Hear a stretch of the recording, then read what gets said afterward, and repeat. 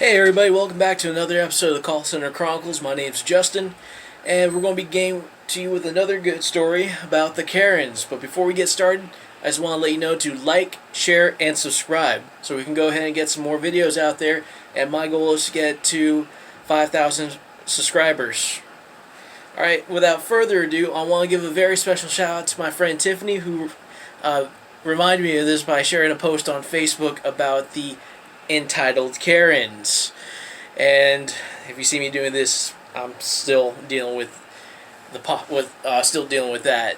Now, Karens, for some reason, no offense to anyone actually named Karen who's a good person, but as we all know, a lot of times Karens tend to be the spawn of Satan, and it's they're not the most fun people to deal with, and I can attest to this, as well as my friend Tiffany and anyone I work with. They are not the best calls to be on. They really aren't. And an example of this is I've had plenty of times, and many of you out there probably have this plenty of times. They call in and we're like, "Thank you for calling. Can I get your card information, your account information?" And they're instantly peed off.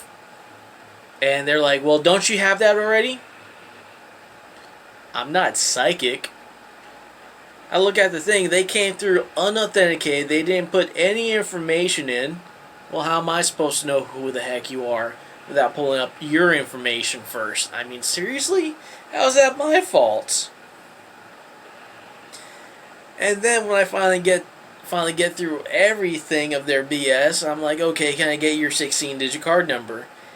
Deet, deet, deet, deet, deet, deet, deet, deet. What the heck?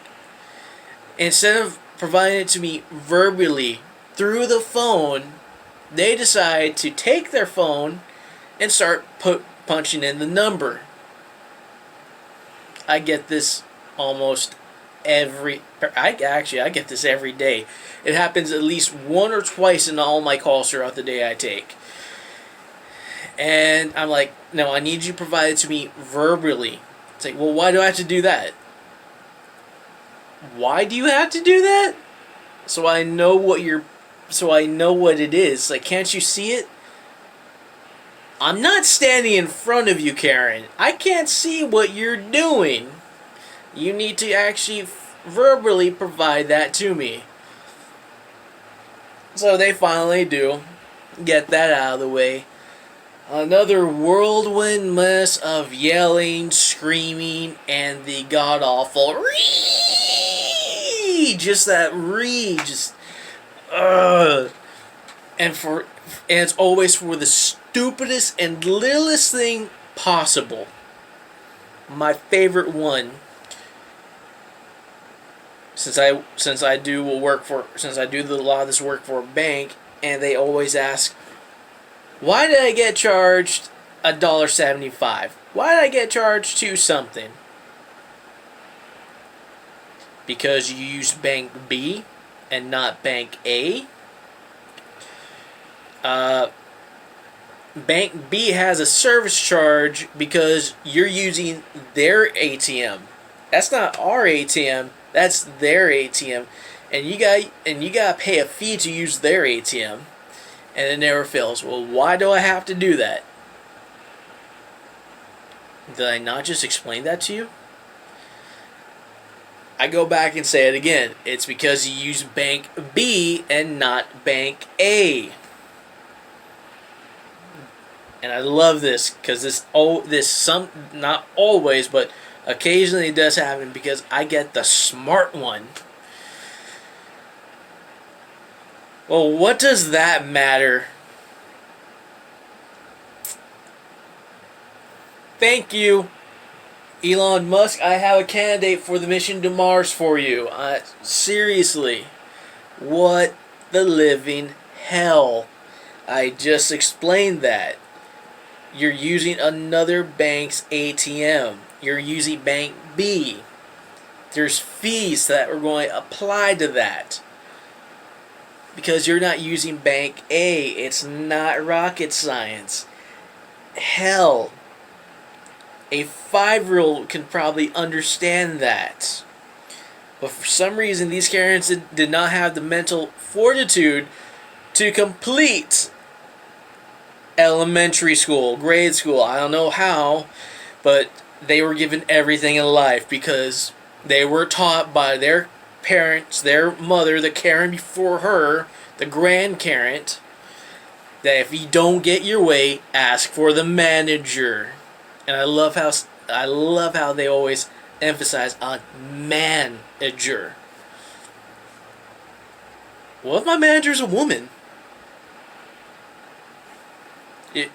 Seriously. It's like I've had people get upset when I tell them, okay, let me go ahead and get you a supervisor, and it's one of my female supervisors. I remember way back when I did short sales, I had this guy call in, and he didn't like anything when I had to tell him that his short sale is currently pending. They're pending negotiations because a bank negotiator had not been assigned yet.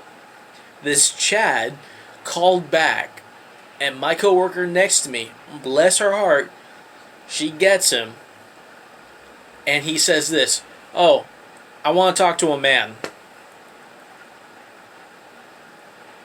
Mind you, my coworker sitting next to me had been with the company longer than me. I hadn't even completed my 90 days yet.